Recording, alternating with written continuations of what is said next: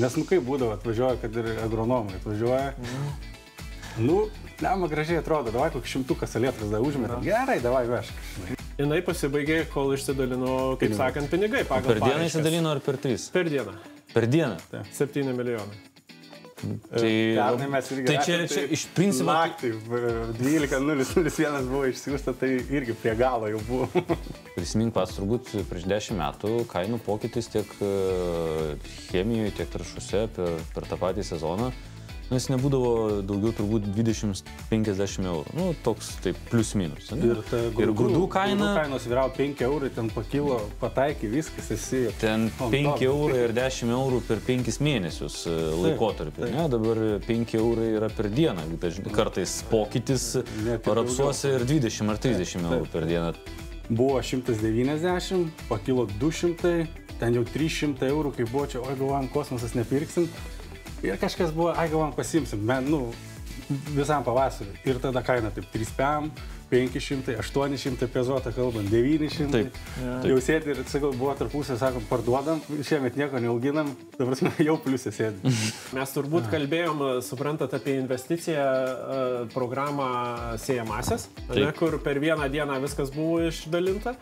Ir dabar matysim tą elektrinės paramos paramą, kurios greičiausiai, kad, per vieną dieną nei per dieną, nei per visą etapą, jinai greičiausiai liks nepanaudota. Nuo 22-21, kada turėjom deficitą, tai turbūt lygiai tas pats, jeigu mes pasiimsim automobilių pramonę, bet kurią kitą techniką, televizoriai ir visus kitus dalykus, tai lygiai taip pat turim ir žemės ūkio technikos brangimą. Tuo pikiniu momentu, nes kadangi turėjom didžiulę infliaciją, tai natūralu, technikos brangimas buvo praktiškai po 10%. Turim laiko pakalbėti ne tik apie technologijas ir ne tik apie grūdus ar tai, kas laukia mūsų pavasarį ar rudenį, bet ir apie tai, su kuo dirbti ir kaip sėti ar kaip laukus ravėti, ne? Aš beje skaičiau straipsnį su tavim, buvo Dangis atsiuntęs, kad tu ten prieš 5 ar 15 metų neskyrei žagrės nuo plūgo. Buvo. Dabar jau skiriai? Dabar skiriau, baigiau ir univerą. O per kiek laiko galima išmokti atskirti viską? Ką? Kas yra viskas? Ir dabar dar viską neskiriu. Žinai, aš, pavyzdžiui, neskiriu ir nežinau, kuo skiriasi siejamosios, tiesioginė, juostinė, tikslioji, dar aš ten specialiai pasigūglinau.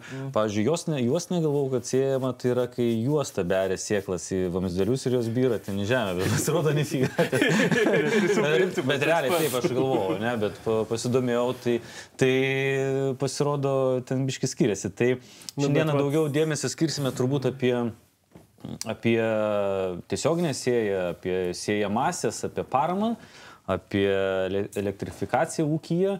Ir apie pradžiai pradėkime gal tik tai nuo to, kaip žemės ūkyje ir žemės ūkio technikoje buvo tie 24 metai. Ar stagnacija, ar į priekį kelionės, ar sandėliai perpildyti ir niekam jinai neįdomi. Tai dangi gal pradžiai nuo tavęs supažindink mūsų ir žiūrovus, kaip tas technikos pasaulis gyvena šį dieną. Tai jeigu paimsim, kaipgi ta technikos rinka keitėsi, kas čia vyko, kas įdomaus, kas naujo, tai turbūt galime drąsiai teikti, kad tas deficitas, kurį mes turėjom po COVID ir panašiai laikotarpis buvęs, tas deficitas labai buvo iššaukęs tokią didelę paklausą visų pasaulio mastu, nes visi, sakykime, dėl infliacijos kilo kainos ir daugelis ūkių norėjau kuo greičiau įsigyti techniką už geresnę kainodarą ir tiesiog pirko tai, kas yra, ką gali gauti ir panašiai. Tai turėjom 22 metais piką, kada ir Lietuvos, ir pasaulio mastu buvo rinka iškirlusi, galima sakyti, plus 30%. Tai Lietuva buvo tuo momentu pasiekusi didžiausius skaičius, Pabaltis netgi visas buvo pasiekęs didžiausius skaičius 2000 traktorių, kaip šiaip vidutiniai rinkai yra apie 1600. Ir po tų 22 viskas pradėjo, galima sakyti, risti žemyn. 23 jau mes turėjom tik 1600, šiais metais mes vargais negalais pasiekėm praktiškai 1100. Tai jeigu taip lyginsim su 22, kurie buvo iššovę tikrai labai aukštai, praktiškai turim minus 45% mažesnę rinką, nuo praeitų metų irgi kritimas ženklus. Bet žiūrėk, keli klausimai iš karto. Priežastis, kodėl tame covidinėme laikotarpį taip stipriai išaugo technikos pardavimas. Kodėl? Galiu pasakyti iš karto. Per daug pinigų turėjot? Faktas. Tai pasižiūrėkit koreliaciją, ta prasme, kviečių kainos, rapsų kainos ir ta prasme... Ten buvo tas periodas, kuomet užaugo prasidėjo kainos labai stipriai ir jūs turėjote rezervų, ką parsiduoti dar, ne? Nu, dar buvo tas momentas, kai galėjo ir tas išankstinės sutartys, kas pataikė, kas nepataikė, tiem buvo skaudžiai. Nu ir tada vis tiek nuliko tų pinigų ir investavai. Ir galvoju, kad vis tiek nebekris nuo tų 400 iki 180. Bet pasirodo, vyksta viskas kitaip. Bet nebijai, kad dabar tave kolegos nulinčiuos už tokius žodžius, kad per gerai gyvenote, turėt pinigų ir tiek stipriai. Ne visi, sakau, ne visi, kam pasisekė. Kas gerai pastatė, kas sudirbo. Nes buvo momentas, kai rapsas 1000 eurų kainavo. Kas turėjo sandėliuose, nu tai čia, kosmosas. Investicija, prisiminkime, tos pačius pasėlius buvo ne prie tokių trašų lygio, kokios turbūt šiandien yra, ten 200 zlotus kainavo greičiausiai kažkas. Jo, bet tai esmė ir buvo, kai prasidėjo, aš atsimenu, buvo 190, pakilo 200, ten jau 300 eurų, kai buvo čia, oi galvojam, kosmosas nepirksim. Ir kažkas buvo, galvojam, pasimsim, visam pavasariu. Ir tada kaina taip 3PM. 500, 800 pezotą kalbant, 900. Taip. Jau sėdi ir, sakau, buvo tarpusė, sakom, parduodam, šiemet nieko neauginam, dabar jau pliusė sėdi. O sekantis klausimas tada apie techniką grįžtant, jeigu lyginate su 22 metais, kuomet buvo pikinis, 2000 vienetų apie, šiandieną šie metai, 24 metai, 1100 vienetų, bet tai jeigu žiūrime daugiametį vidurkį, tai nesame mes nei dugne, nei viršūnė, mes esame... Ne, esame dugne, sakykime, jeigu daugiametį vidurkį imsim, turėtų būti normali rinka apie 1500. Tai esame istoriškai turbūt 15 metų tarpsnyje vieni žemiausia rinka yra. Ir jeigu paimsim visas Europos mastu, nes turbūt nekalbėkim tik apie Pabaltį, tai prasme šiaip apie Pabaltį kalbant, Lietuva vis tiek atrodo geriausiai. Taip pat kaip ir visą ekonomiką mes imsim, Lietuva, Latvija, Estija, Lietuva kažkoks tai deimantas, lygiai taip pat žemės ūkio technikoje turim tą pačią tendenciją. Lietuvoje dar yra pakankamai gerai, nes Lietuvoje, jeigu mes skaičiuosim, kad tas pikas buvo ten 1000, praeitais metais 800 ir dabar nukritom iki 600 vienetų, tai Latvijoje ir Estijoje viskas krito lygiai per pusę. Ta prasme, nuo 500 iki 250. O man dabar irgi gal klausau, o nėra taip, kad traktorių kiekis sumažėjo, bet arklių padaugėjo? Yra. Tendencija didėjimo traktorių tai tikrai 100% yra, bet ne paskutinių 3 arba 5 metų. Jeigu ten 10-metį imsim, tas klasės perėjimas tikrai matosi, kad viskas, kas nuo 150 populiaru, jeigu ten prieš 10-metį turėjom viskas iki 150 buvo populiariausia. Bet tendencija, kaip sakau, tokia europinė ir pasaulinė turbūt yra labai ryški. Anglijoje, pavyzdžiui, UK rinka mažiausia per 26 metus. O tai kas čia visą tą lemia? Čia taip nebuvo taip, kad užsipildė pardavimai rinką per COVID tą laikotarpį, kur daug buvo ir po to kas čia? Reikia pripažinti, kad vienas iš svarbiausių, aš manau, pasakys ūkininkas labai paprastai, tai yra pajamos, ką tu gali investuoti. Ne? Faktas. Jeigu tu neuždirbi pelno, tu negali investuoti. Kad ir kaip tu norėtum. Per pastaruosius 3-5 metus. Iki šios dienos. Kiek pabrango technika procentaliai? Vertinant tą pačią, sakykime, komplektaciją, kaip jinai išbrango? Tais didžiaisiais paklausos metais, nuo 22-21, kada turėjom deficitą, tai turbūt lygiai tas pats, jeigu mes pasiimsim automobilių pramonę, bet kurią kitą techniką, televizoriai ir visus kitus dalykus, ne? Tai lygiai taip pat turim ir žemės ūkio technikos brangimą. Tuo pikiniu momentu, nes kadangi turėjom didžiulę infliaciją, tai natūralu technikos brangimas buvo praktiškai po 10%. Į metus? Į metus.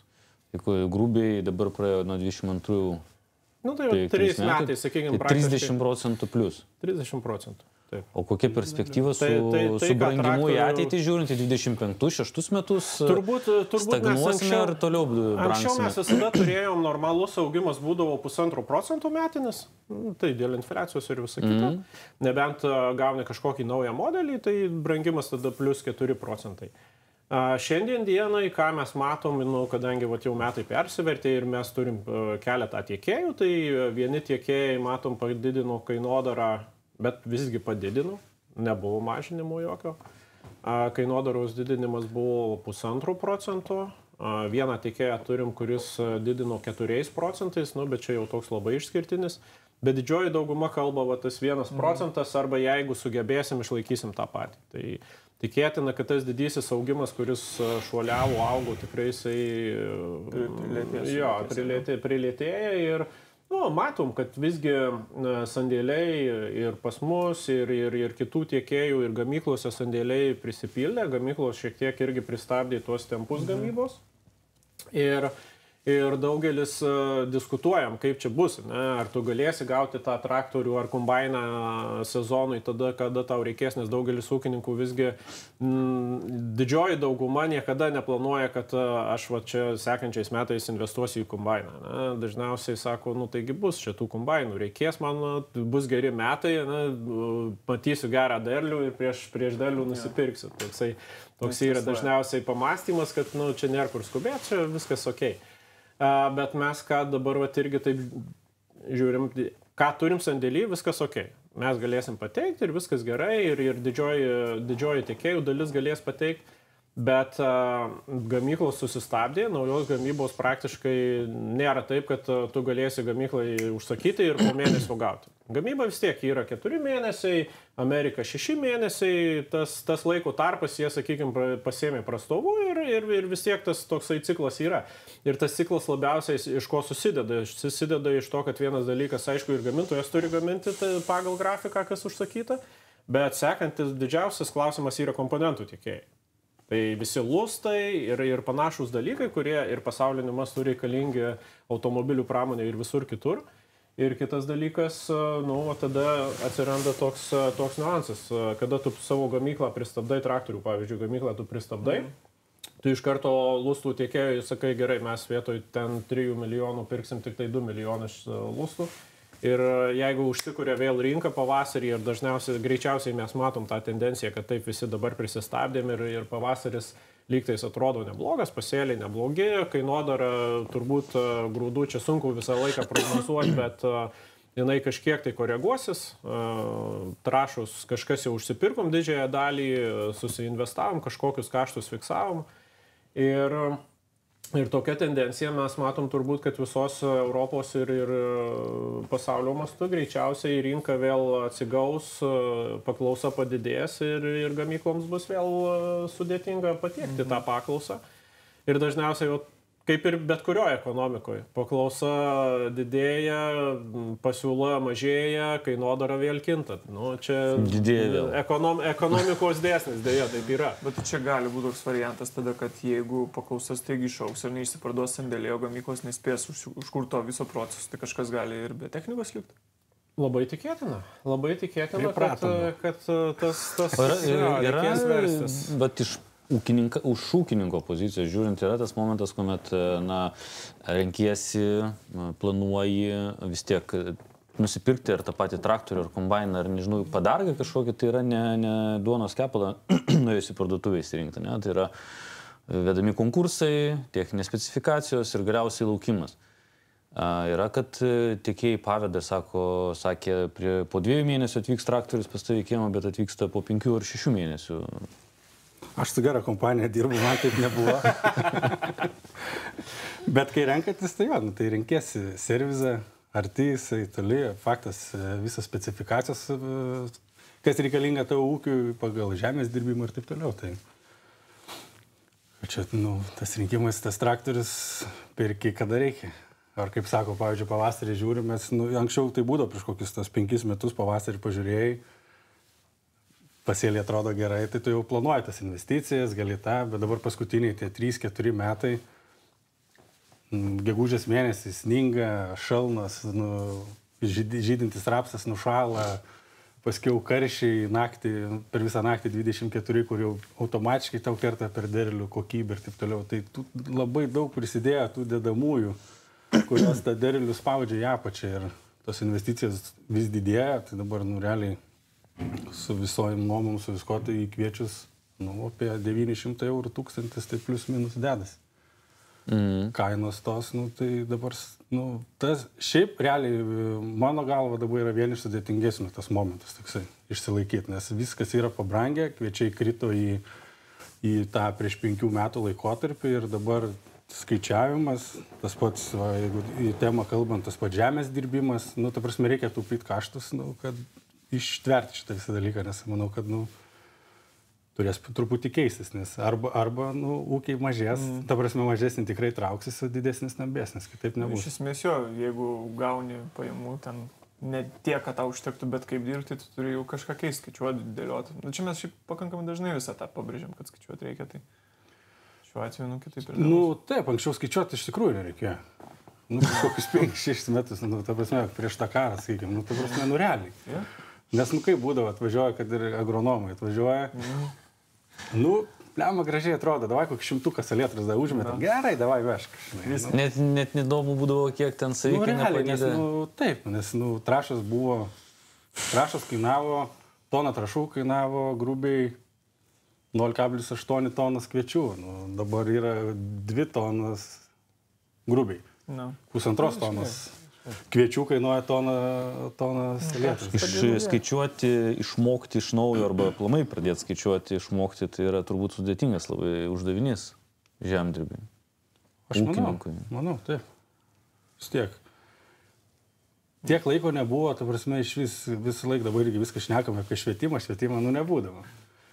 Visi darydavo tiesiog, nes taip gaudos, atvažiavai, nes ir dabar įsivaizduota žemdirbį tokį. Atvažiavo suvarė, pasėjo, nukūlė, pasėmė pinigus, išvažiavo, patustogavo, pavasarį vėl dirbo. Bet nebėra taip, žiūri, agrobiržas, trašas, tas pačias dujas, kiek kyla tas, žinai, kad tada kils trašas. Kiek metų pats ūkininkauji, primink? Man dabar ūkiai bus, bijau pameluoti, metų skirtumas, sakykim, apie 12 sezonas, taip. Apie 10-12 metų, taip, ne, grubiai. Tai prisimink pats turbūt prieš 10 metų kainų pokytis tiek chemijoje, tiek trašuose per tą patį sezoną, jis nebūdavo daugiau turbūt 20-50 eurų. Toks taip plius minus. Ir grūdų kainos vyravo 5 eurai, ten pakilo, pataikė viskas, esi. Ten 5 eurai ir 10 eurų per 5 mėnesius laikotarpį. Dabar 5 eurai yra per dieną.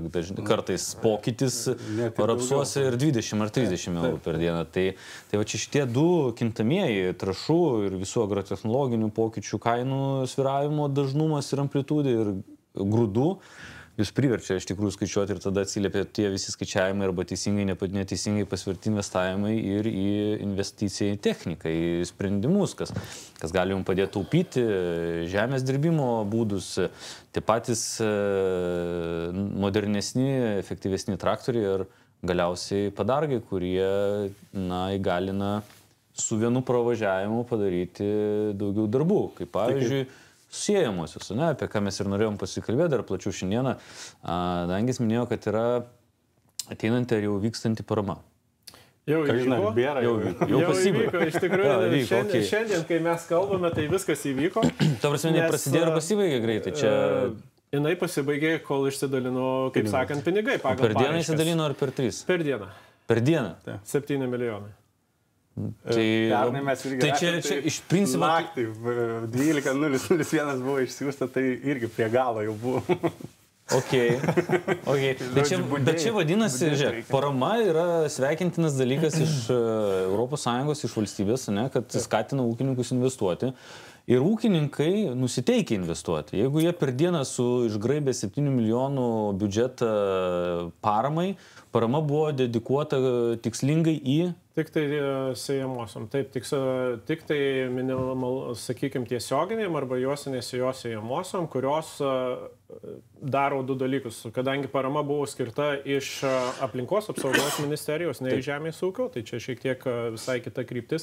Ir paskirtis pagrindiniai yra, kad mažinti dirvožemio dirbimą, mažinti eroziją, didinti CO2 sukaupimus ir mažinti, kaip sakoma, visus maistinių medžiagų praradimus. Tai aplinkosauginiu požiūriu yra pagrindinis akcentas.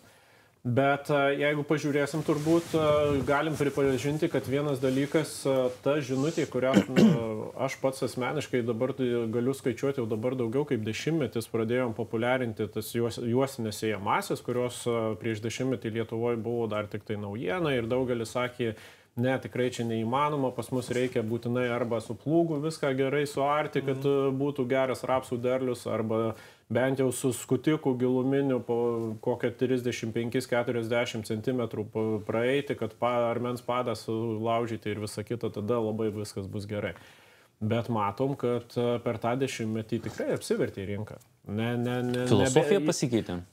Nuvažiavus pas ūkininką tikrai nereikia pasakoti, kas yra juostinė sėjamoji, kas yra tiesioginė sėjamoji. Dabar jau kalbamės apie tai, kaip tau pereiti prie jos labiau, ne?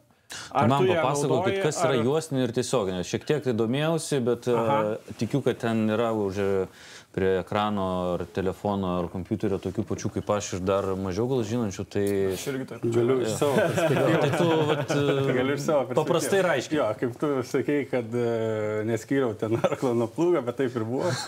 Tai būdavo anksčiau, kai tas prasidėjo. Tai iš pradžio, kaip sakė, ardavai. Skusdavai, ardavai, 2 kartus kultivuodavai, sėdavai. Sakykime, 5 važiavimus traktorių būdavo. Gal 4 galėdavai stupti. Paskiau atsirado tik tai skutimas.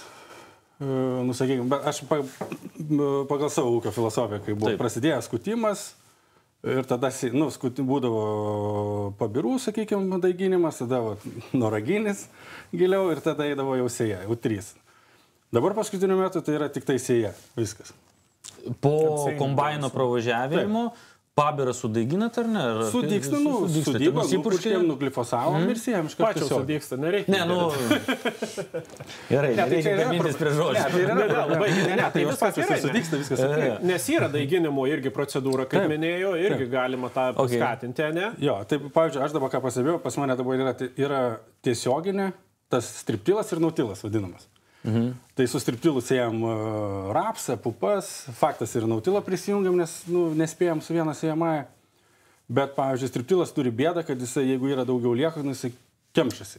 Kaip greblys, užsikiša ir tada tu ten... Čia juostinė. Striptilas tai yra juostinė sėja.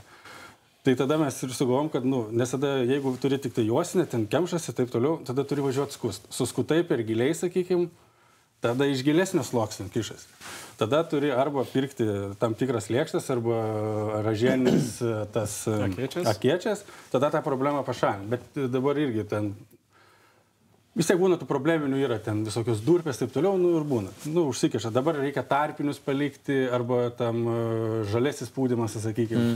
Tai su žaliųjų pūdymo irgi su striptilu, tai juos nesėtų nevažiuoja. Tai mes kaip alternatyva, kad nereikėtų papildomų daryti skutimų, ten taip toliau, nusipirkom pagal tą apva programą nautilinę sėjamąją. Tai diskinė, kuri tiesioginė sėja. Tai va tada išsprendė šitas visas problemas, nereikia ten tavo nekiša nieko, tu važiuoji, gali per va tokius, sakykime, tos pasėlius ražienus. Faktas nuglifosavai ir viskas. Tai realiai su dviem sėjalkom nudirbė visus darbus, laikas, tos pačios traktorius, moto valandos, traktorius ilgiau tarnauja, kur 5 kartus važiuoti per tą vieną lauką, kur 1 kartą. Sakyk, mechaninė pusė, kaip ir aiškiau, iš agronominės pusės, koks skirtumas tarp dviejų? Juostinėse ir yra vadinama juostinėse, nes dirba ta tik tais juosta, kur gulasi grūdas. Jo. Sakykime, rapsas grūdas. Principė, kas 30 cm, įdirbam 10 cm pločio juostelę, kitą 20 cm arba 15 cm lieka nedirbta. Taip, galima sakyti ir taip. Pavyzdžiui, mes kai rapsą sėjam, tai dedam iš vis eurus kaltus, tai grubiai kaltą leidžiam ten 20-25 cm, o kalto plotis yra 2,5-3 cm, dabar tiksliai nepasakyti. Tai išjudina dirvožemio, tą pusę išjudina, ten kur išjudinta pasėjo ir viskas, jo. Ir viskas, o toliau viskas lieka nedirbta. O diskinis tada... Tiesioginė? Jūs ne taip giliai? Diskinis tai jo, diskas tiesiog sėjai, kur dėti sėklą, tokiam giliai. Tiesioginė sėklą. Jo, diskinė, tai tiesioginė.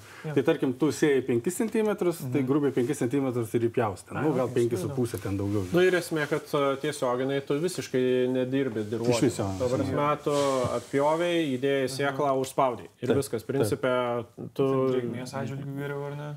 Reikmės atžvilgių tikrai taip, ta prasme, tada nesujudini jau kažkokių piktžolių į žemesnių dirvožemių ir ta prasme greitis. Faktas greitis, jeigu dabar reikėtų kultivuoti viską, pavyzdžiui, mes dabar savo ūkį, tai aš nežinau, reikėtų papildomai dvigubai praplėsti technikos darbuotojų skaičių, nes suspėt būtų neįmanoma. Ir mes grįžtam turbūt vėl prie tų pačių kaštų. Taip, faktas. Nes jeigu mes kalbam apie tuos 5 pravažiavimus, tai nekalbant vien tik laiko prasme, mes praktiškai 3-4 kartus daugiau laiko užtrunkam, bet kitas skirtumas yra kaštai. Jeigu mes tradiciniu tenais arėm dirbam ir visą kitą, ką darom mechaniniu būdu, viską darydavom, tai automatiškai kainuoja apie 150 eurų. Ta sėjos procedūra.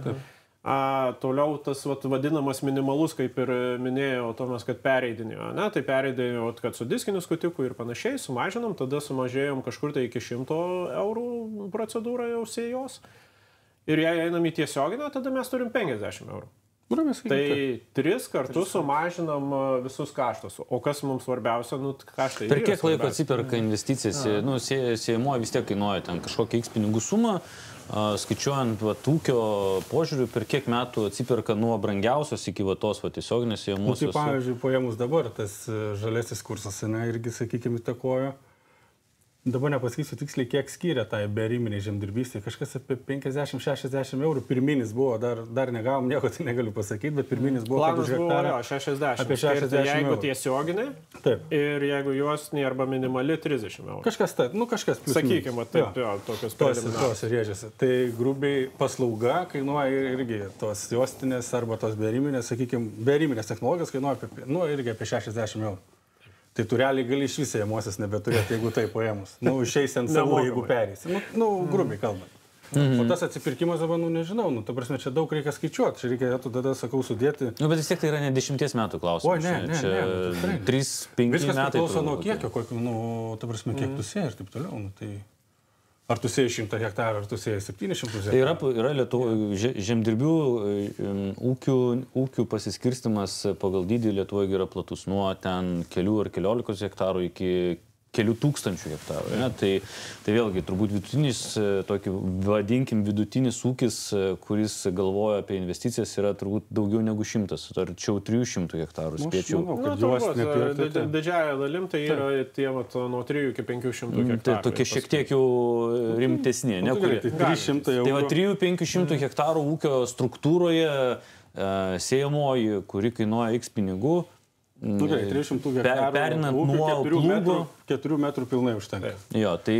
Tai 300 hektarų karčiai šiek gaunas. 20 tūkstančių. Nemoku skaičiuoti. Dabar 18 tūkstančių. Jeigu tu dar nuo 300 hektarų sumažinsi 100 eurų savo, sakykime, dirbimo, tai dar lieka, tai grubiai 3-4 metai tu esi ant nulio. Tai čia normaliai. Aš taip grubiai šneku. Tai čia mes turim labai gerų pavyzdžių, pavyzdžiui, kur tas tikrai 300 hektarų ūkis, kuris dirbdavo anksčiau su 3 darbuotojais praktiškai, nes jam reikėdavo viską suarti, suskusti ir panašiai visas tas procedūras padaryti, turėjo krūvą padargų, sako, be jokios paramos, be nieko. Jisai pats tiesiog susidėjęs matematiką į lentelę per jo plotus, ką mes dabar skaičiavom 18 vien tik tai iš išmokos, tada 30 000 vien tik tai sumažinus kaštus.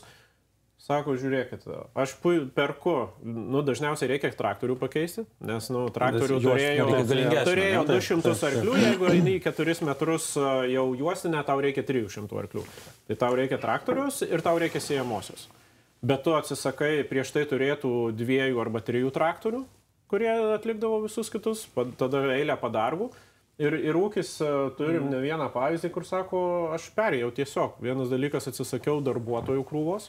Vietoj 3 darbuotojų dirba ūkiai. Žinai, dar kaimiškoje vietovėje atsisakyti darbuotojų, čia viena tema, susirasti darbuotojų, čia kita tema, tai čia jis tiesiog atsisakė to, ko neieškojo. Tu neturi problemų su darbuotojų paieška, gal čia labiau. Ta prasme, tu gali atsisakyti tų, kurių jau seniai norėjai atsisakyti. Nes yra visur, kiekvienam darbė, visam verslė visur yra darbuotojai, kurie dirba ir darbuotojai, kurie tiesiog vaidina, kad nori dirbti, kurie nenori, bet be kurių vis tiek bus tašiau. Jo, supratau.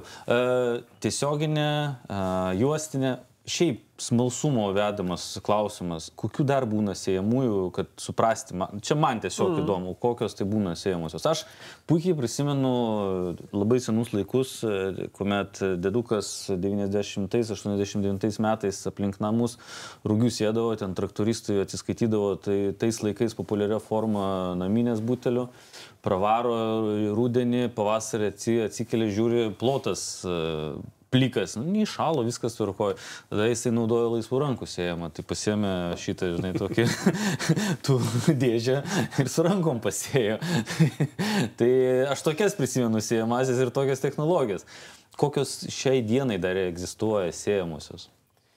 Tai iš tų pačių profesionaliausių, jeigu tai mes kalbam, sakykime, tai vis tiek turėjom tą tradicinę, kuri kombinuota vadinama, tai turi įdirbimą ir siejimą, tada kalbam apie juostinę, kurį įdirbinėjom tik juostas, tada tiesioginę.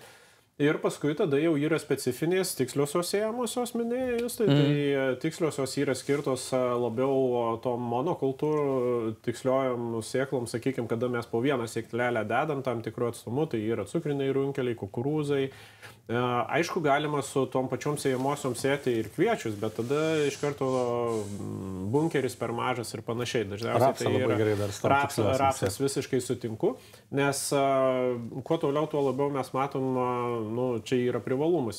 Nei viena, nei juostinė, nei tiesioginiai siejamoji nepadės sėklos taip tiksliai, ta prasme, neišlaikys gylio ir nepadės sėklos atstumų vieno nuo kitos. Tai tiksliosios siejamosios tam ir skirtos, kad jos idealiai išlaiko gylį.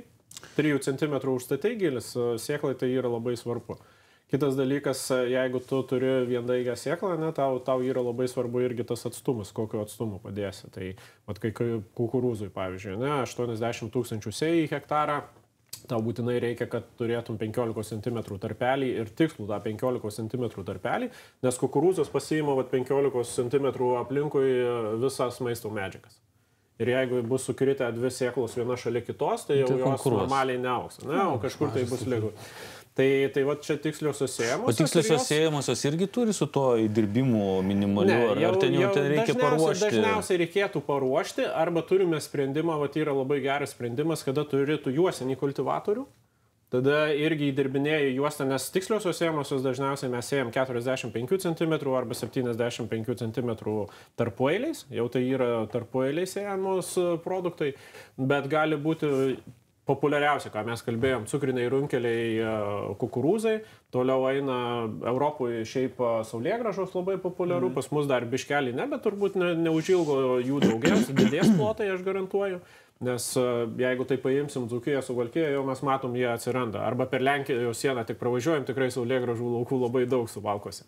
Tada rapsai ir kuo toliau, tuo daugiau rapsų mes matom irgi siejama su tiksliosiam siejamosiom, nes didžiausias privalumas, kad mes galim sumažinti sėklos normą. Taip.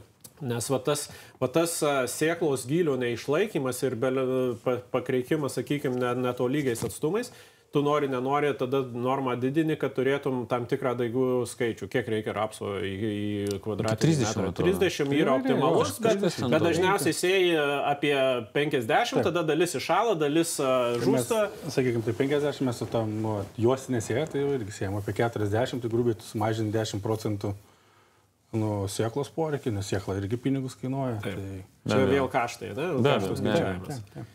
Ir kitas dalykas, tu gauni tą labai gerą efektą su juostiniu kultivatorium, kaip sakau, kombinuotas. Tai irgi važiuoji tu vienu kartu, nieko nedaręs lauke, juostinis kultivatorius išdirbo rapsui reikalinga tik kas 45 cm, kas 50 yra skirtingų dabar technologijų, bet principė tu labai didelį dirvožemo plotą palieki vadinamam tam organikos augimui, sliekai, visos bakterinės, anaerobinės ir visi kiti komponentai savo ten gyvuoja nesujudinti, nes kiekvienas sujudinimas, ką padaro, įleidžia deguonies ir kažkas tai pabėga iš dirvožemio, turbūt CO2 kiekio praradimą ir panašiai.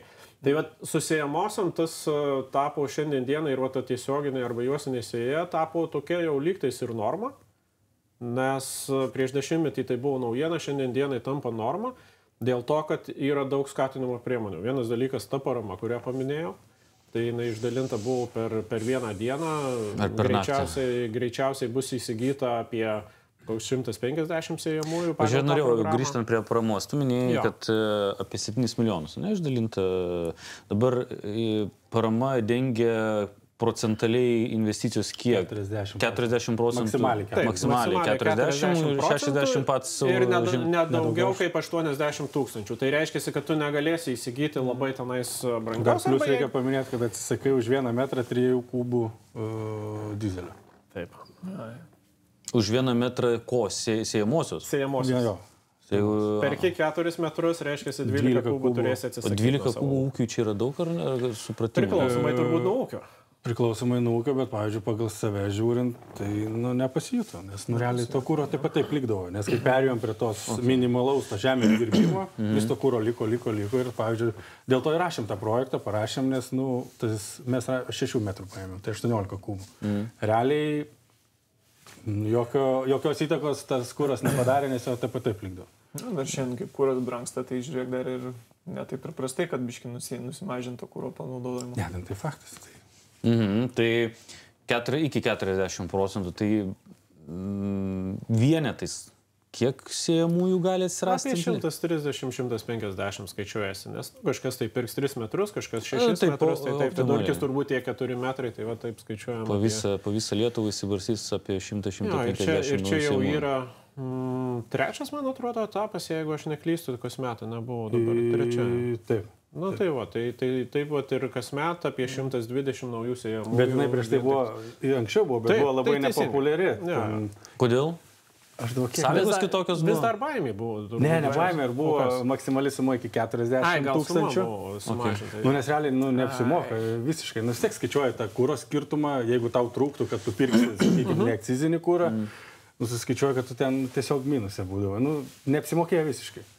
Ir dar, vis tiek tada keiti visą filosofiją, sėjomainos, ten visokie, daug sprendimų turi priimti, nėra taip, kad pereisiu ir viskas ir darysiu. Tai va, tas perėjimas į tą juostinę turbūt arba tiesioginę sėjimą pastovė praktiškai, dabar gal biškai gali papasakot, kas labiausiai pasikeitė ūkyje, kaip perėjai nuo tradicinės iki tiesioginės. Kalbėjom apie kaštų, aišku, sumažinimą, laikus spėjat, bet va tas agronominė dalis. Bet gal nuo kitos, nuo pradžios kitos pradėkime, gal ar sunku pereiti psichologiškai, turbūt pirmas momentas, ne? Vat žmogaus viduje, jeigu jis yra įstikinęs, kad plūgas yra Dievo dovana, tai kaip savo mąstyseną pakeisti, kad tai... Plūgas gal ir yra Dievo dovana, bet Dievas dovanoja daug dovanų. Tai kaip pakeisti tą filosofiją, kad yra ir geresnių dovanų? Tai tas plūgas, tai viskas gerai, kai irgi gerai su jo dirbė, kai yra kokybiški rimai sutvarkyti, ten viskas sakau. Be plūgo irgi, nes kaip ir diskutavom prieš, sakau, pavyzdžiui, kad ir ta beriminė žemdirbystė. Būna šlapi metai, būna viskas. Ta prasme, padarai tų provežų, kad ir va iki kelių ir taip toliau. Su gamta, visko būna. Tai tas plūgas ten išlyginimui geriausiai viskas ok. O tas perėjimas, tai ką, susitvarkai, baziniai dalykai, susitvarkai pH, sėjomainą, ir gali pereiti ir viskas, ta prasme. Nes kas svarbiausia, tai yra sėjomaina. Jau atseliavimas yra, iš tikrųjų, nes pabirų, jeigu mes, pavyzdžiui, perėjom prie to, kad tik tai striptilas ir nutilas.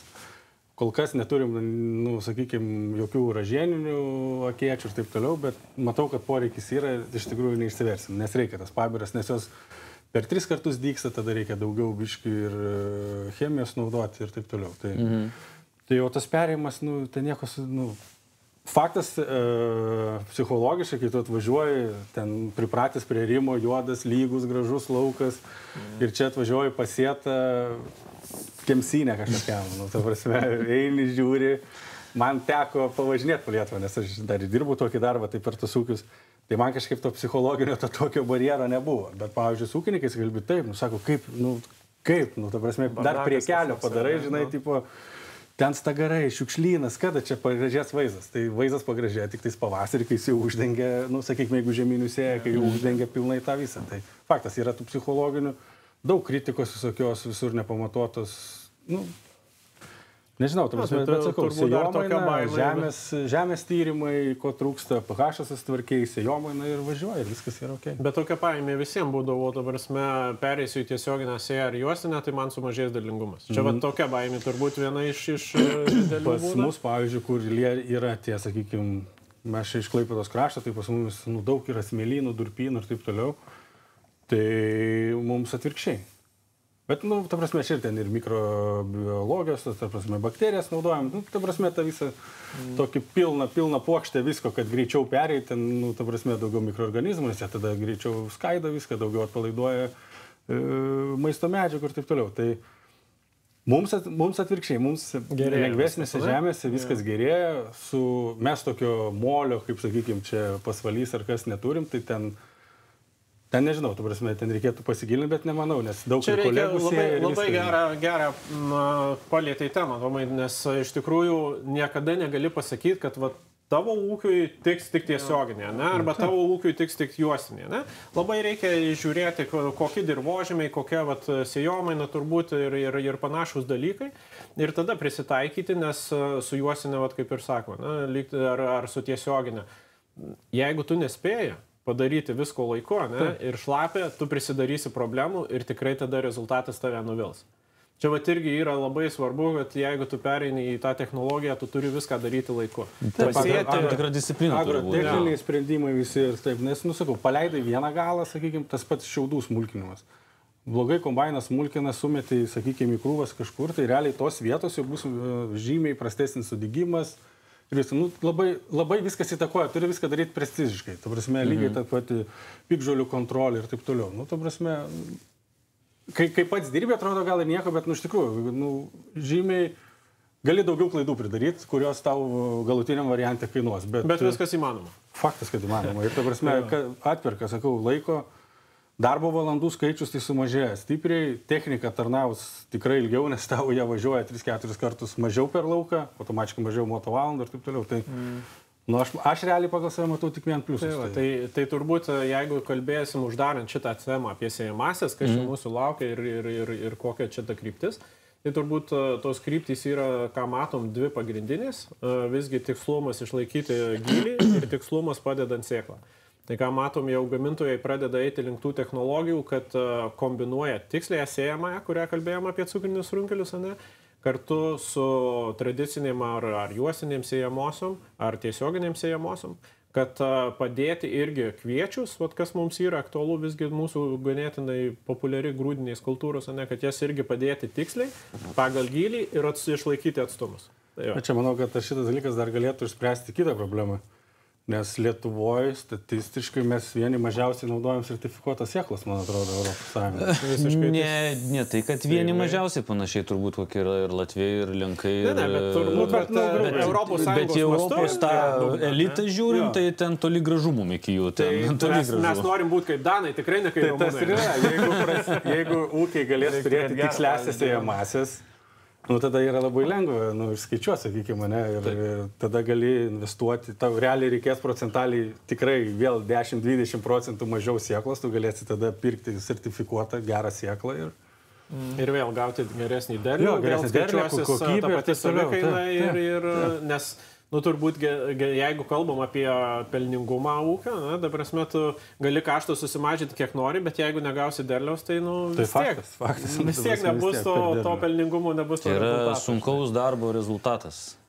O dar tos tikslios siejamos čia su, ta prasme, kintama sėja, irgi dabar šiaip tokia kintama jau yra, ir geras, išgirsti, bet čia irgi tą pačią pusę eina. Tikslioji kintama, tai čia tas, ne tas pats. Kintamas, tu dabar gali pagal žemėlapį sėti, viskas yra ok. Kintama gali sėti bet kuri sėjamoji, kuri turi GPS sistemą, sakykime, ir valdymo kontrolerį galimybę judėjimo metu keisti elektroninį, sakykime, būna dažniausiai elektrinis varikliukas, kuris keičia normą. Tai praktiškai šiandieninės sėjamosios, nesvarbu, kurios jos yra technologijos, ar tai tradicinės, ar juostinės, ar bet kuri kita, jos jau tai gali daryti. Supratau. Kintama yra norma. Nustatai, sakykime, pagal dirvožemį, pagal žemės tyrimus. Yra gylis ir ta prasme. Ir ta prasme, kaip sakė, nori pasėti 80 000 hektarą sėklos, tai tu tiek ir pasėjai. O čia būna statais tais milijonais, paskui žiūrėjau, biškai per daug, vis tiek. Procentaliai, toks yra paklaida, ten 10% paklaida, tai ne paklaida, ne, kviečiuosi sėja. Norma. CO2 kreditai, tai jie dalyvauti CO2 kreditų programoje be tokių sėjamųjų turbūt sudėtinga būtų. Ne? Dabar šiandieną vis tiek ateina ta tema CO2 kreditai. Jau jinai egzistuoja, jau ne 1 metai, bet vis aktyvinim. Šitos siejamosios, tiesioginė, juostinė, jinai padėtų dalyvauti CO2 kreditų programoje. Tai turbūt galima sakyti praktiškai jos privalomus. Jo, be jų neįmanoma dalyvauti, aš kaip suprantu irgi.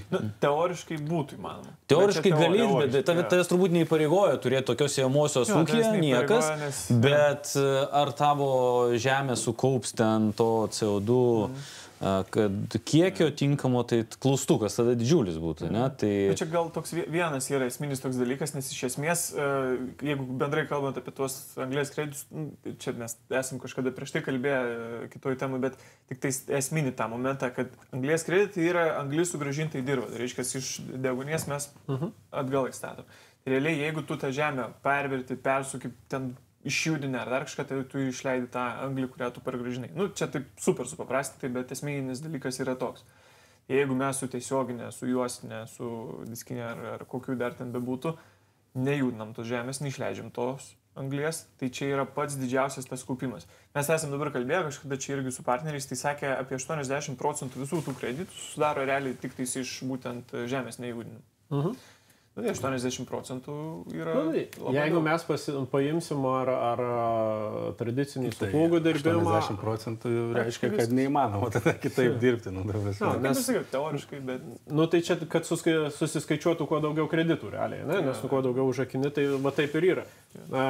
Skutimas arba arimas 100% viską sujudinai, viską išleidai, ne? Juostinėse jie 30% tik tai dirbė. Tai reiškia 70% jau užakinai to kiekio, kurį išleistum ardamas.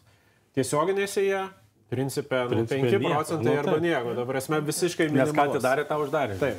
Tai jeigu gerai sureguliuotas įmoji. Tai čia turbūt ir didžiausia ta nauda ir vėlgi įrodymas, kaip ir sakau, kad tos paramos populiarumas ir gavosi iš to. Valstybė per pasėlių deklaravimą remia. Tada supranti, kad kaštus susimažini, darbuotojai, tada gauni paramą dar įsigijimui ir jeigu jau sudalyvauji CO2 kredituose, nu, tai dar pasididini savo ūkio pelningumą. O jūsų ūkis dalyvauja CO2 kreditavime? Senai labai domėmės, bet niekaip nepasitikim dar. Aš žiūrėjai podcastą apie CO2 kreditus? Žiūrėjau. Ten bet sakėm visus klausimus, ten jokių aferų nėra. Dėkit pinigus ant stalo ir kalbam. Aš ne prie ko. Aš grūdus pirku, aš apie CO2 fazę sužinau, kad pasirodo ten jokių aferų nėra. Tai gerai, ten kam bus įdomu, pasižiūrėkite, yra podcastas konkrečiai šitą temą. Buvo parama apie... Dėl siejamųjų, dar egzistuoja kažkokių paramų? Čia ūkininkai gali kažkur tai tikėtis kažkokios pagalbos iš valstybės, iš kažkokios ministerijos pasilenginti savo gyvenimą? Tai turbūt didžioji dalis dabar paramų, kurios įvyko, jau buvo 24-ais, turėjom modernizavimus ir kitus etapus, sakykime, kurie tikrai buvo efektyviai išnaudoti, sakykime, ir daugelis ūkių investavo vėlgi į naują modernę techniką. Kas dabar mūsų laukia šiais metais vėl turėsim kelis etapus iš Žemės ūkio ministerijos ir dabar naujausias ir 14 dieną prasidėjo, tai visai nesenai, ar 21 startuos, tai yra elektrinės arba alternatyvaus kuro technikos parama, vėl iš tos pačios aplinkos apsaugos ministerijos. Tai kas yra tas alternatyvus kuras ir šita programa tokia kelinti labai daug diskusijų ir turbūt galvojama to, iš kur čia jie atsirado, kodėl ir kas sugalvojo. Tai paramos irgi apimtis yra apie 7 milijonai skiriama. Pirminė idėja buvo tokia irgi labai įdomi, kad vienam projektui skiriama galimas netgi 1 milijonas intensyvumą pasinaudojamas paramos suma, tai reiškia 7 projektai, 7 ūkiai galėtų pasinaudoti. O koks intensyvumas? Intensyvumas yra iki 60% priklausomai nuo ta prasme ūkio 40-60% va tose ribose pagal kriterijus. Tai kas remiama tojus paramoje, remiama biodujų technika varoma, ir elektra varoma. Čia technika būtent. Technika. Tai savaigiai technika. Čia tik tai savaigiai technika. Tai reiškia, tai gali būti traktorius, gali būti kombainas, gali būti krautuvas ir visa kita, kas turi variklį. O yra kombainas. O Tesla gamina traktorius? Deja, ne. Tikrai Tesla čia neįsirašysim. Nebent Tesla kombainą išleis. Bet negamina dar. Aš mačiau fūrai ten kažkur kažką prisinėjo, autobusą ten kažkokį. Bet traktorius nemačiau. Tai va čia turbūt ir didžiausias klausimas, o ar mes galim tą techniką įsidygyti. Elektrinių automobilių mes matom ir pakankamai populiarumas didėja, turim iššūkių vis dar dėl infrastruktūros ir kitų dalykų, bet matom, kad daugėja. Jeigu mes kalbam tik apie miestą, kur trumpi atstumai, tai viskas labai faina, labai smagu, bet važiuoti į Klaipėdą atgal Tomui namo jau reikėtų šiek tiek pasidėti pas mus ir pasikrauti. Jeigu laisvas kabelis, o jeigu nelaisvas. Ir čia atsiranda tas didžiausias klausimas su žemės ūkio technika, nes žemės ūkio technika dirba kitą kartą ir 24 valandas. Dirba. Tai man čia irgi, kai tema buvo, aš tai ir galvoju, kiek laiko jinai dirba. 6 valandas, 8, 12, 10. Pilnų užkrovimų. Taip. Nes taip dabar, kaip perspektyvų žiūrint, pavyzdžiui, tie dideli mišrūs ūkiai pienininkystėse, kur bijo dujų, tas jėgainės pasistatė, taip galvoju, gal ir visai įdomu, bet tai kiek dirba tas traktorius? Ir kaip ten, ta prasme, dažnai tada reikia įkrauti, kiek laiko krauna, ta prasme, šitos visus tai... Jo, tai dvi kategorijos. Jeigu paliečiam pirmą biodujų techniką, tai kombainų nėra, net nediskutuojam. Ta prasme, rinka net nesiūlo tokio produkto. Kombainų nėra, vieninteliai, sakykime, kas buvo pasigaminę, tai aišku, čia kaip visada Piaras, Baltarusija ir panašus regionai, tai tikrai su tokiu kombainu nelinkėčiau niekam dirbti, nes patys žinom, kad kiek kombainų sudega dėl dulkių kiekis ir kiti tikrai ten yra... O dabar dar ypač vasaros, pas mumis 30 plus, ten iš viso... Deja, rizika yra ir jeigu tu turi biodujas tenais, tai gerą bombą turi laukia. Arba turi vežioti iš tai baką kažkur prisikabinės kaip vežimėlis. Bet žinom, kad nepadės, nes tikrai daugelis ūkininkų turi ir gaisrinės atsivaro į laukus, nes tikrai tas saugumas tokiom sąlygom, tokiom temperatūrom, kai viršijam 30 laipsnių, yra labai didelė rizika. Deja, tai daug sukančių komponentų, tiesiog gali bet kada sugesti kažkoks guolis. Fakelas važinėjantis po kviečių lauką ir ten rapsų. Priežiūra labai svarbi tada kombainuose, bet kombainus uždarom nėra, viskas aišku. Tada keliaujame su traktoriais. Traktoriais turbūt girdėjom puikų projektą, kuris startavo Lietuvoje ir idėja buvo labai gera. Bet dėja, idėja yra idėja ir įgyvendinti nėra paprasta. Tai su traktoriai šiandien dienai masiniai gamyboje turime su biodujom tik tai vienas gamintojas iš CNH kompanijos gamina porą modelių. Bet va čia atsiranda tas klausimas, o kaip su užpildymu, kiek jis gali dirbti. Tai dažniausiai darbo laikas yra maksimaliai apkraunant. Mes jeigu sėjam ar kažką tai dirbam, tai dažniausiai traktorius ir būna maksimaliai apkrautas. Turim 3 valandas. Tai 3 valandas padirbę. Kaip per 3 valandas padaryti gerai? Žodį iki lauko, užsipilti.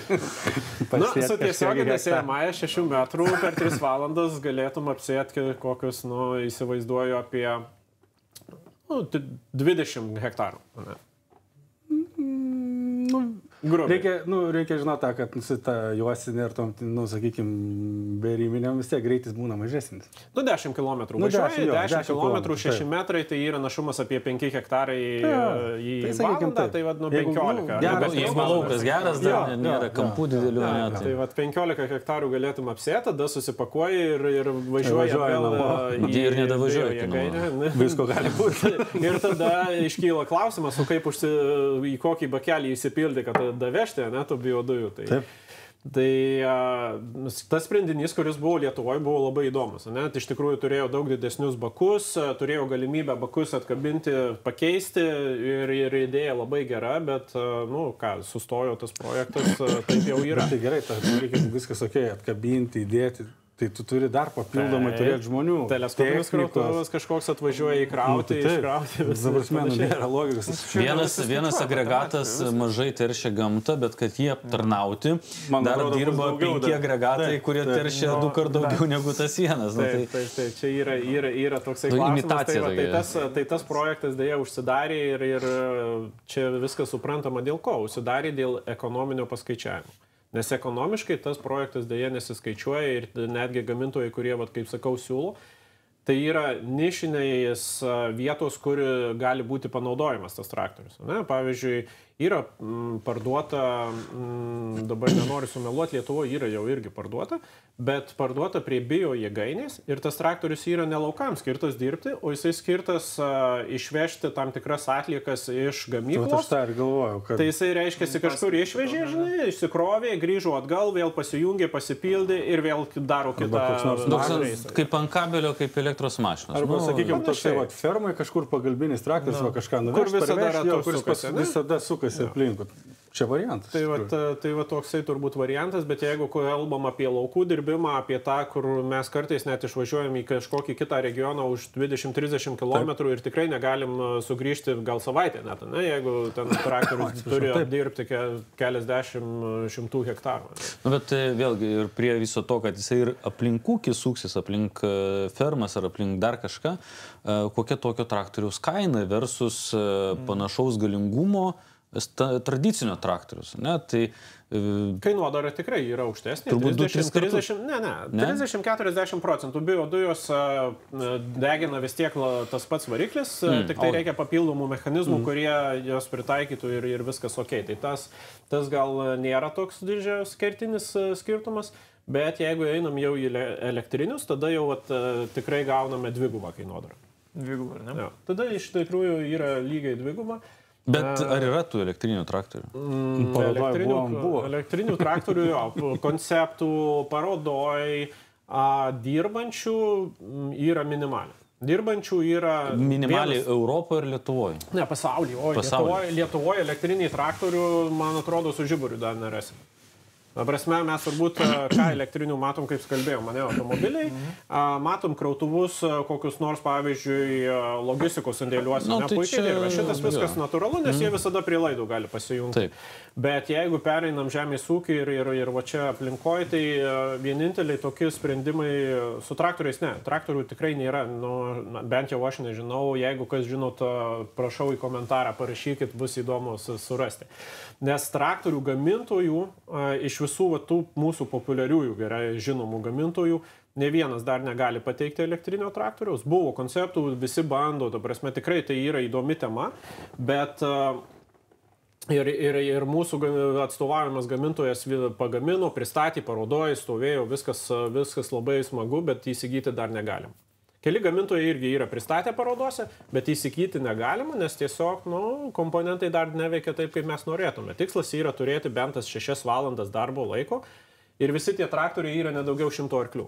O mes turbūt visai nesenai kalbėjom, kad 100 arklių traktorių populiacija tiesiog nyksta, nes ūkiai didėja, padargai didėja ir be 200 arklių praktiškai ūkyje jau šiandien nėra ką veikti. Aš tai įsivaizduoju, tokių traktorių galėtų būti, iš tikrųjų, nes dabar bent pas mūsų rajone tas bio jėgainės, tas dujų, kaip tas skaitas, pasistatė, tai aš manau, kad tokiuose ūkiuose, kur pats savo gaminė elektrą, dujas viską, tą tokį iki 100 arklių gali vis tiek jiems yra reikalingi. Ta prasme, fermai važiuoti, dalytuvus tampyti ir taip toliau.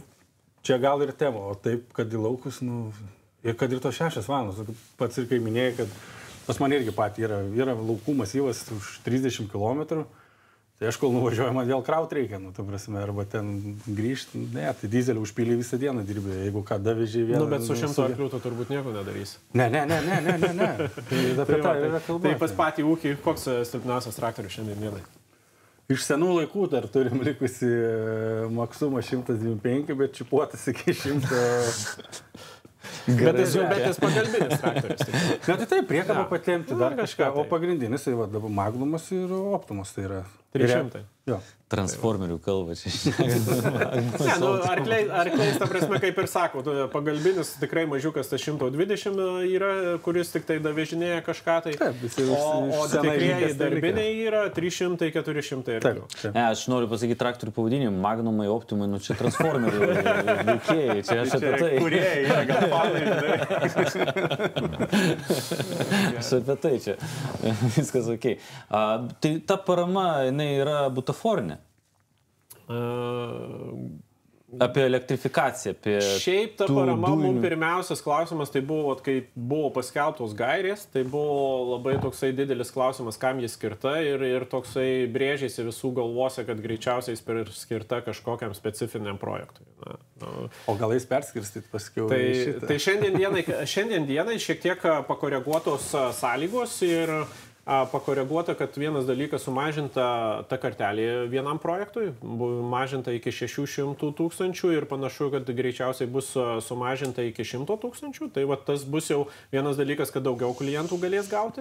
Ir ką įsigyti, traktoriai irgi galima sakyti, pamirškim. Šiandien dar traktorių tiek nėra ir tie, kas gamina, kaip sakau, yra pasaulyje vienas ganėtinai populiarus, bet va, irgi jo paskirtis. Vynuogynai, sodai ir kažkur tai dar fermai kažką patraukut, bet tikrai net normaliai jisai pašarų dalytuvų neįsuktų. Nes jo galingumas 70 arklių ir toksai, sakykime, žaislinis. Tai ši parama galėtų būti panaudota klientų yra mini krautuvai, per pusę lankstomi, sakykime, ten kažkokiuose vėl va fermuose. Labai gyvulininkystė įsipaišo, sodininkystė, kur kažką tu krausi laukoje ir panašiai. Tada turim pašarų dalytuvų, šiek tiek yra savaeigių elektrinių. Tas matom irgi populiarėja ir girdim klientų, kad domisi tas rytim, nes logiškai, jeigu tu turi fermą, turi elektros, dieną dalini, naktį įkraunys. Tas yra visai normalu ir pirmasis, beje, parduotas elektrinis pašarų dalytuvas mūsų buvo prieš jau 4 metus Latvijoje pardavėm, nes irgi ūkis turi biojėgainę, gamina savo elektrą ir sako, man logiška, visai paišusi, kad man reikės degalų pildyti ir aš tą pasikrausiu savo pašarų dalytuvą pats ir judėsiu su juo.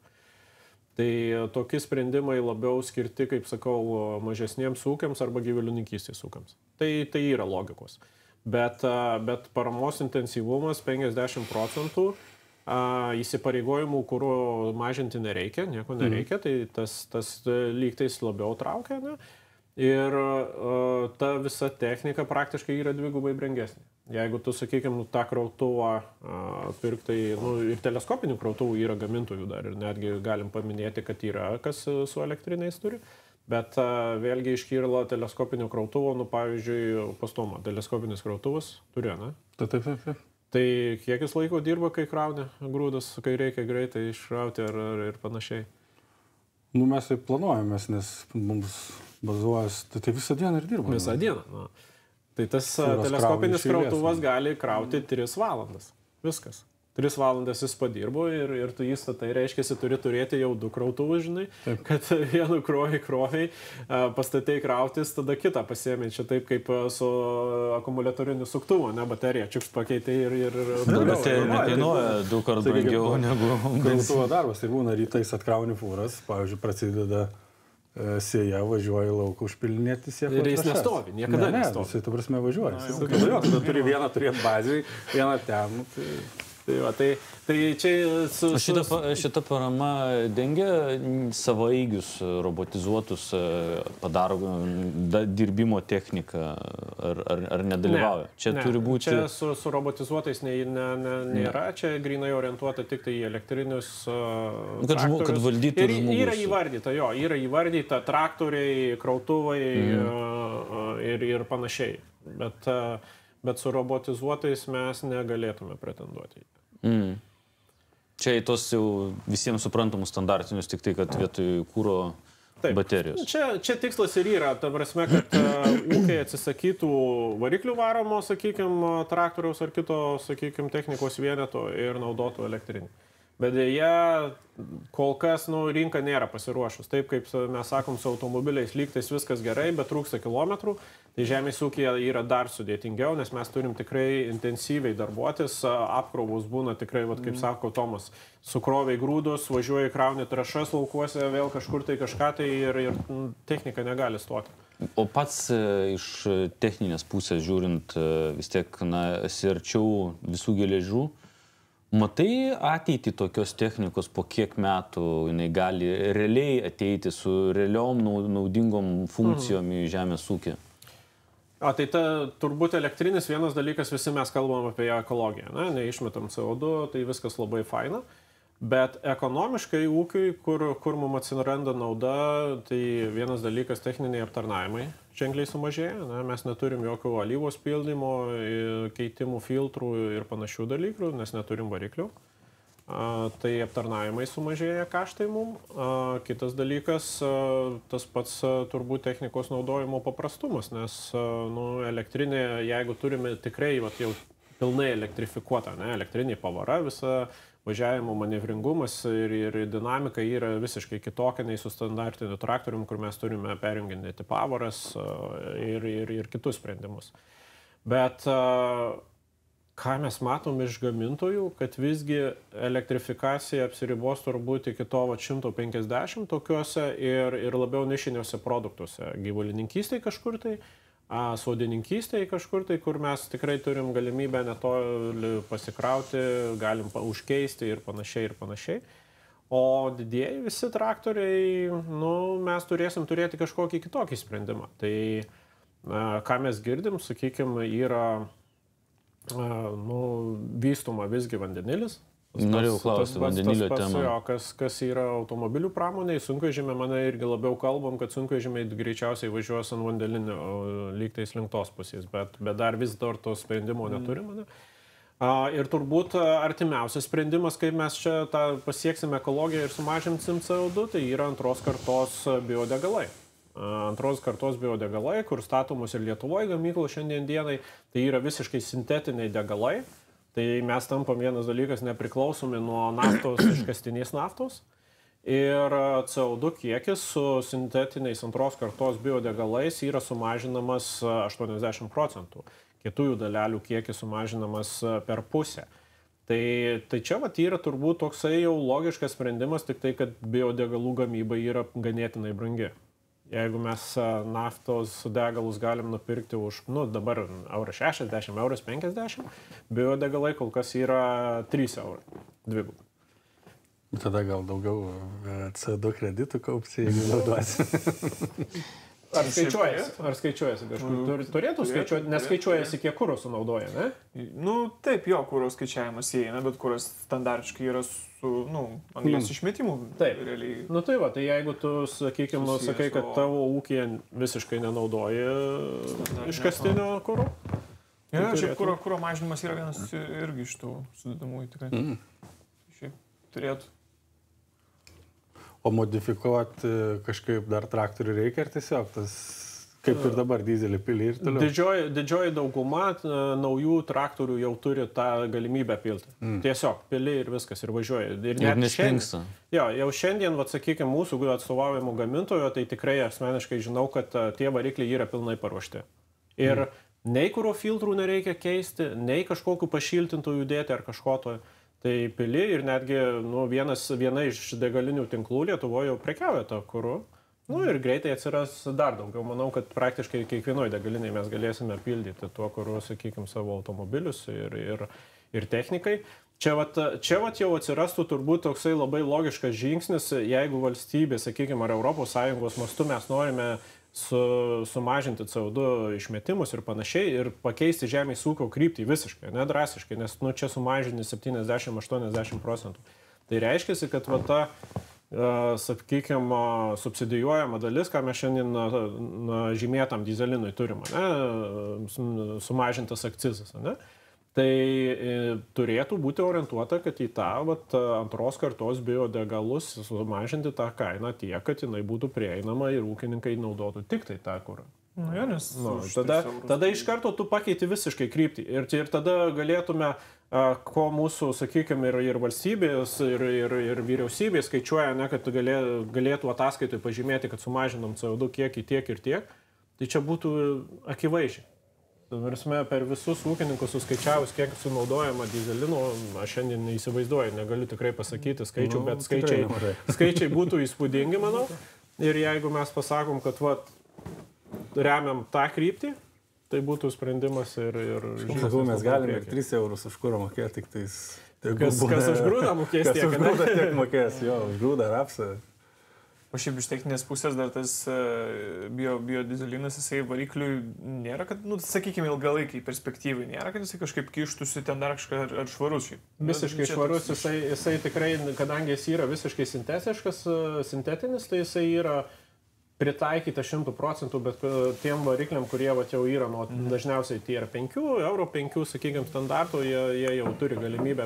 Kai kurie gamintojai dar gal nepritaikė 100%, bet esmė yra, kad tas sintetinis biodegalai antros kategorijos, jie dirba šiek tiek aukštesniai temperatūrai. Aukštesnė temperatūra dažniausiai variklių yra dar ir geriau, sakykime, jei aušinimas pritaikytas. Va čia klausimas yra tik tai dėl aušinimo sistemos. Pritaikomumas. Tai kaip ir sakau, daugelis gamintojų jau yra perėję prie to ir galima drąsiai pilti be jokių modifikacijų. Ir ilgaamžiškumui, tas ilgaamžiškumui įtakos nenustatyti.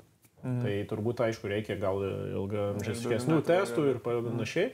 Bet projektas dėl tų sintetinių degalų, tai man, pavyzdžiui, pirmas, kas buvo matyta, tai Porsche, pavyzdžiui, investavo labai nemažą sumą ir kažkur tai Pietų Amerikoje, aš dabar neatsimenu tikliai, kurioj šaly, bet Pietų Amerikoje pastatė bandomąją gamyklą ir tai buvo Porsche gamyklos gamintojo, investicija į sintetinius degalus.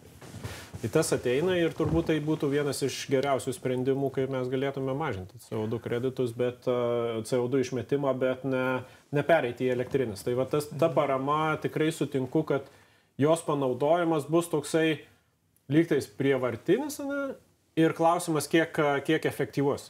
Nes tu įsigijai tą krautuvą, kad ir krautuvėlį, sakykime, tu jį eksploatuoji 3 valandas, valandą vėl ar 2 krauni, vėl važiuoji ir paskui ant galo matai, kad lygtais turi daiktą, bet jo tau pilnai nepakanka, nes tą kitą laiką tu turi naudoti tą savo seną krautuvą, kurį turėjai ūkyje ir vėl naudoti tos pačius degalus ir panašiai. Tai toksai geriausias sprendimas šiandien dienai visgi aš sutikčiau apie robotizaciją. Tu šiek tiek užsiminė jūs, tai jeigu einame į robotizaciją, tai tas puikiai veikia. Turim, pavyzdžiui, fermose pašarų pristumėjus, elektrinius ir robotizuotus. Jisai padarė savo darbą, pristumė ten valandą laiko, padirbo, atsistojo, pasikrojo. Tai arba robotas siurblys namuose, ne? Taip, fermoje mes turime pašarų pristumėję, turime robotizuotę, sakykime, pavyzdžiui, mėšlo surinkėją irgi vietoj tradicinių ten būdavo skreperiai, kurie valo takus. Tai šiandien dienai robotukai irgi važinėja, jie renka ir nuvažiavę išsikrauti, vėl jie pasikrauna baterijas ir panašiai. Sekantis sprendimas, kaip minėjom, tas keletas traktorių gamintojų, kurie gamina elektrinius ir paleidžia irgi į tokius ciklus, kaip purkšti, pavyzdžiui, purkšti šitiem vynuogynam ar kitiem sodam, jau irgi yra dirbantys projektai ir skaičiuojama jų atsiperkamumas ir efektyvumas ir pačioj paskutinėje eilutėje, vienas Amerikoje yra projektas, kur dirba 5 purkštuvai vynuogyno ūkyje. Didelis vynuogynas, ten keli tūkstančiai hektarų ir tradiciškai dirbdavo, sakykime, 4 purkštuvai, 4 vairuotojai reiškiasi purkštuvų, tada 2 žmonės, kurie užpildydavo visą laiką, tai 6 žmonių komanda. Dabar, kada perėjo jie į robotizuotą sprendimą, turi tuos pačius 2 užpildytojus ir vieną žmogų, kuris visada prižiūri tos purkštuvus per planšetę. Bet visus 4 vienu metu. Jo, visus 4 vienu metu, bet finale dabar jie skaičiuoja taip ekonomiką, nes pradirbo 2 metus ir skaičiuoja ekonomiką, kaip čia gausis 5 metų ciklui, investicija visgi yra skaičiuojama. Tai tas sutaupimas ant operatorių. Ir tas darbo pagrindinį privalumą mato, tai darbo tikslumas. Reiškiasi, kada jie pradeda purkštą, kada baigia, tai tikrai daug tiksliau nei bet kuris operatorius išjunginės, nesakykime, kaip pavyzdys. Bet galutinėje eilutėje suskaičiavus visą investiciją, tas žmogus, kuris prižiūri, jo kvalifikacija turi būti aukštesnė, jau tu jam atlygį irgi turi kitokį mokėti, nes tai jau yra skaitmeninis sprendimas ir panašiai. Ir po 5 metų ekonomikoje jie mato, kad turėtų pasiekti apie 10%, sumažinti kaštus, tai 10% lygtais didesnį pelną galėsi uždirbti. Nu, tai tas 10% per 5 metus, nežinau, ar Tomas užuvėtų į ūkį investuoti taip į kažką, tai kas per 5 metus galbūt 10% sutaupys. Gali investuoti. Jeigu bus tokie metai, kai buvo 22, galėsim bandyti. Investicija, kuri vis tiek nemotyvuoja drąsiai eiti į tą kryptį. Tai va, mes turbūt kalbėjom, suprantat, apie investiciją programą Siejamasis, kur per vieną dieną viskas buvo išdalinta. Ir dabar matysim tą elektrinės paramos paramą, kurios greičiausiai, kad, per vieną dieną nei per dieną, nei per visą etapą jinai greičiausiai liks nepanaudota. Nes pritaikomumas yra labai daug klausimų. Čia ir esmė turbūt yra tos pačios paramos, nežinau, jums patiems teko dalyvauti ar ne, man asmeniškai teko dalyvauti elektrinių statybą ant namų, ne, etapais. Graibstomi pinigai buvo irgi taip pat dienomis ir valandomis. Ne? Tai jeigu tu pataikai tą kryptį ir teisingų metų ir yra tiek paklausa, tiek pasiūla rinkoje, tai turi efektą. Bet kai šiuo atveju mes šnekame apie elektrifikaciją ar apie kitonišką kūrą žemės ūkio padargose, tai yra technikoje, tai čia nėra pasiūlos. Čia turbūt didžiausia bėda, pirmoji yra, nėra pasiūlos tinkamos, kokybiškos, tenkinančios lūkesčių klientų ir galiausiai antra turbūt bėda, man taip atrodo, yra kaina visų tų agregatų. Visur turi būti ekonominis paskaičiavimas. Ne? Apie saulės jėgainės visi suprantam, ekonomiškai skaičiuojasi, viskas ok. Apie siejamąsias vėlgi kalbėjom labai daug privalumų, viskas suprantama, viskas ok. Su elektrifikacija dėja sprendimo arba ten biodujų traktoriai, sprendimo nėra, ekonominio skaičiavimo nėra ir tada tik tai pasirinks tas, kas jau tikrai kažkur turi pritaikomumą, turi galimybės, pajamų, kaip sako, kai buvo 22, kur tikrai galėjai investuoti į bet ką, tiesiog jeigu tau patinka. Bet jeigu tu buvai laisvesnis, laisvesnis, dabar nesakau, kad dabar prisipirkai būtų, bet galėjai tikrai šiek tiek surizikuoti, nes ūkiai irgi tu ne visą laiką pats sakai, ar tai veiks ar ne. Tai aš manau, kad čia didžiausias ir klausimas visada yra, sakykime, nesvarbu, ar tai aplinkos ministerija, ar žemės ūkio ministerija, reikia tartis su rinka. Vienas dalykas yra klientai, toliau yra, pavyzdžiui, mūsų technikos gamintojų asociacija yra, prekeivių asociacija, tai mes galim pasakyti, kas yra rinkoje, kiek tas daiktas naudingas ar nenaudingas. Ir mūsų, pavyzdžiui, rekomendacija asmeninė, asociacijos, mes rašėm irgi raštą į ministeriją ir stengiamės, padėti apšviesti, kas yra rinkoje, ką galima įsigyti. Ir jeigu mes norim sumažinti CO2, sakykime, lygį, tai geriau, pavyzdžiui, duokime traktorius, pas Tomas sakė, maksumas yra 10 arba 12 metų senumo, spėčiau. Jisai yra tier 2 standarto greičiausiai, šiandien parduodami traktoriai yra tier 5 arba 6. Tai šių traktorių skirtumas yra CO2 išmetimas praktiškai 80% mažesnis. Jau vien tik tai modernų traktorių leidus pasikeisti. Tai būtų labai tikslinė investicija, kad Tomas, pavyzdžiui, atsisakytų to traktoriaus, jį parduotų arba utilizuotų ar dar kažką tai. Ir tada yra parama įsigyti tokiam pačiam arba galingesniam, tegu pagal ūkio poreikius, ne? Bet moderniam. Taip, moderniam. Bet jeigu dūma juodą metą, tai gerai, reiškia, dirba. Jeigu mėlyna dūma, tai bėda tada. Yra dūmų, yra galia. Nėra dūmų, galia. Tai dabargi matėm vieną traktorių, kuris apvažiavo Lietuvą, ne su dūmais. Jeigu pastrygęs kažkur buvo, ten visko buvo su to traktoriu. Su duotyčiais, kaip ir priklauso. Aš irgi ten žiūrėjau, tai buvom irgi nuvažiavę, tai komentarus kitur užimti irgi. Kiek dūmų. Tai tom ir skiriasi, tom ir einam į priekį. Tai jeigu dabar nebūtų modernizavimo, taip toliau, jeigu mes dirbtumėm toliau su tais belarusais arba tais pusantriniais, tai kas dėtus? Mes irgi dar turim ūkį vieną tokį ekskluzyvinį irgi tą patį pusantrinį, tai kai užkuri, pavyzdžiui, patalpoje negali būti. Turi bėgti, gal prasikvėpuoti. Ir tada ir būtų, kokia tarša ir yra. Ta prasme, tikrai daug yra ūkių, kurie ir su tais pusantriniais nedirba. Belarusai iš vis, ta prasme, tai populiarus dar visgi mažuose ūkiuose traktorius vienintelis, kuris tam ūkeliui ir yra įperkamas, ta prasme, ir kažkaip jisai dirba. Ir tas pats, ūkių skaitmenizacija, ta prasme, tas pats CO2 mažinimas, tai daug susideda dedamųjų, tas pats automatinis vairavimas, kintama norma, ten, sakykime, ta pati valstybė galėtų irgi investuoti į tos pačius žemės tyrimus padaryti. Pirminis žingsnis, čia būtų pirmas žingsnis. Tada realiai investuoti į tas, prasme, išmaniuosius padargus visus, tada tu realiai irgi sutaupai važiavimų, sutaupai viską. Nu, ta prasme, tų, sakykime, sprendimų yra daug, bet įmavo kažkokius utopinius, ta prasme, tai kaip pagalvoju. Madingus, ne utopinius, madingus. Nu, madingus, jo, kurie realiai visiškai nenaudingi, o kur galėtų iš tikrųjų padaryti žemės tyrimus visiems, nes daug kas nedaro, per brangu, ne visi ūkiai gerai gyvena, ta prasme, ypač dabar paskutinius metus, tai situacija labai bangota, ta prasme, labai daug kas ant išgyvenimo ribos, labai daug kas gerai gyvena, bet taip yra. Tai vat padarytų, automatiškai trašų sumažėtų, ta prasme, sprendinių yra, tik tais, kad sakau, taip. Jūs minėjot, rašėt iš nuo asociacijos į ministeriją reakciją, išgirdo jūsų ten komentarus ar pasiūlymus, ar likote kitam vienintelis dalykas, kuris buvo pakoreguotas, tai buvo sumažintas paramos skiriamam vienam projektui dydis. Tai šiek tiek buvo sumažintas, kas išgirdimas, bet tai nebuvo esminis. Jūs minėjot, kad tokių nėra?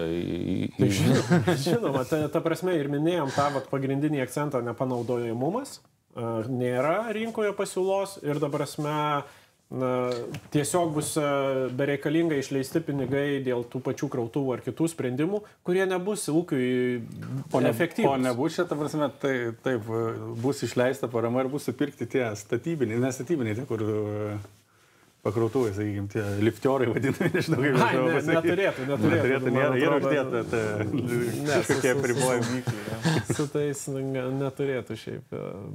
Bet ir jūs iš ministerijos ir jūs, sakykime, argumentuoto atsakymo grįžtamo komentaro negavote, ne? Tiesiog ačiū už komentarus, bet va čia ir yra didžiausias, kaip ir mes sakom, visada klaustukas, kodėl mes paleidžiam programą ir paskui tik tai, sakom, konsultuojamės ir laukiam komentarų, ne? Kur jau viskas būna, nes irgi yra ir ūkininkų asociacija, ta prasme, stiprus, ta prasme, tikrai asociacija ir mūsų, sakau, ir žinių lygis, ir ta prasme, tai galima būtų tikrai suderinti naudingai. Ateina kalbėti, kada jau padaro ir tada, kai reikia bėdas spręsti. Konstatuoja faktą. Kur nelogiškus sprendimus. Ir dažniausiai būna likę savaitę, dvi. Sako, dabar mes laukiam komentarų iš jūsų.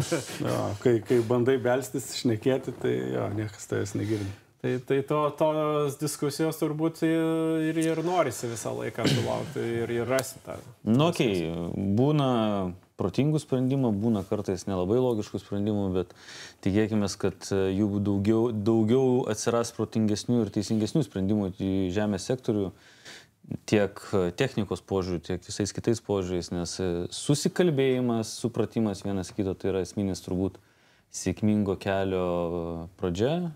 Žinojimas, supratimas, ne? Tai dėkui už pasidalintas mintis, už patirtis, už žinias, už apšvietimą, kas yra juostinė, kas yra ne juostinė sėmojama. Dabar aiškiau bus, jau žinosiu, prisiminsiu ir ką sėkmės jums darbuose, laukiant pavasario, aš jau jaučiu, kad ateina pavasaris, jau man darosi fainiau. Jau toj bus ir darbai. Ne už kalnų, kiek čia liko, kokie 2 mėnesiai ir toj bandysit visi lėkti į laukus darbuotis. Tai ką, sėkmingo laukimo, gero poilsio, jeigu kažkas turit, kur pailsėti ir kaip pailsėti. Ir susimatysime neužilgo kažkokią naują temą. Nesugalvojame. Matysim. Pasiūlykit. Kim. Gerai, ačiū.